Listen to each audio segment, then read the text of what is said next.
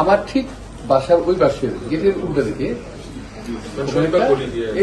বলি না, আমার বাড়ির আমার গেট দিয়ে গাড়ি নিয়ে বেরোবো যেখান থেকে ওই জায়গাটার মধ্যে সে একটা ক্রাউড নিয়ে এসে ওখানে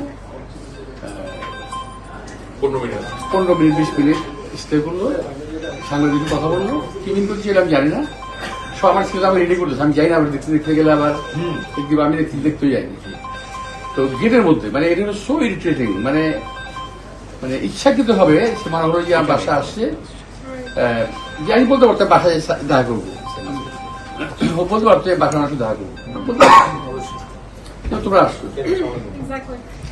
তো এখন সে দেখা থাকলো, কথা বললো, সাংবাদিক কথা বললো, কি বললো আমি জানি না, কিন্তু তারপর সব চলে গেল।